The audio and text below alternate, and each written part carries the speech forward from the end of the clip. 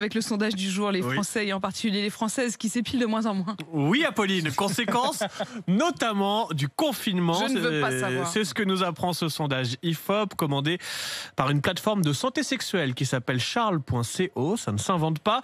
Alors concrètement, près d'une Française sur 5 reconnaît qu'elle s'épile aujourd'hui moins souvent, moins régulièrement qu'avant le premier confinement. Je ne sais pas s'il faut dire qu'elle se relâche ou plutôt qu'elle se libère de la pression sociale, mais le confinement ne serait qu'un accélérateur d'une tendance plus ancienne. Le nombre de femmes qui ne s'épilent plus du tout a doublé en 8 ans en France. Et dans le détail, le poil fait son retour un peu partout. L'épilation des aisselles et du maillot a chuté de 10 points, moins 12 points pour les jambes. Mais attention, les crèmes, les cires et les pinces à épiler ont encore de beaux jours devant elles. 75% des femmes considèrent toujours qu'il est important de s'épiler pour être séduisante.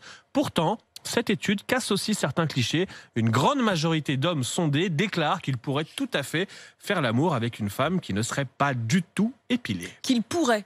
Moi, ce que j'aime bien, c'est qu'ils pourraient. Ils pourraient éventuellement. Alors, on leur a posé la question de manière hypothétique. Oui, la question, c'est pourriez-vous ? Il y a des vrais drames dans cette épidémie. Ou avez-vous déjà, c'est aussi... L'histoire du jour, Charles. Aux États-Unis, les pilotes d'avion qui commettraient de plus en plus d'erreurs car ils sont rouillés. Bah oui, certains ont passé des mois sans voler à cause du Covid. Le trafic aérien a chuté de 75% aux États-Unis. Et à force de ne pas pratiquer leur métier, certains en auraient oublié quelques bons réflexes. C'est le LA Times qui raconte, par exemple, ce pilote qui oublie d'activer le frein à main une fois que l'avion a atterri et qu'il est garé. Un autre qui a oublié d'enclencher le système de dégivrage des capteurs d'altitude, ou encore un pilote qui a dû s'y reprendre à 3 fois pour réussir à poser un jet privé.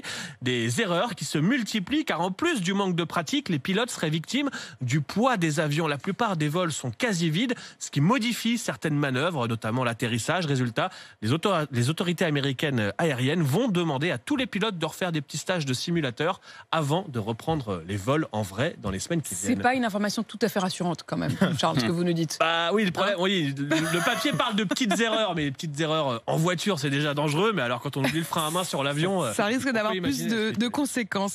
Il est 6h26 sur RMC. RMC, Apolline Matin. Et on accueille tout de suite Jean qui nous appelle d'Échirolles. Bonjour Jean. Oui, bonjour. Bonjour, soyez le bienvenu sur RMC ce matin. Jean, vous vouliez témoigner parce que vous avez 82 ans et toujours rien, vous appelez et vous n'avez pas de rendez-vous pour vous faire vacciner ? Mais effectivement, mon épouse et moi avons 82 ans et rentrons, comme vous le savez, dans la catégorie des personnes prioritaires pour se faire vacciner. Oui.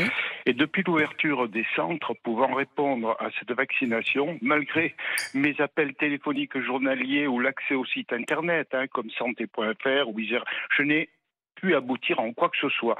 Et ce qui m'a fait bondir, c'est qu'il y a 2 jours, le médecin conseil national de l'assurance maladie m'adresse un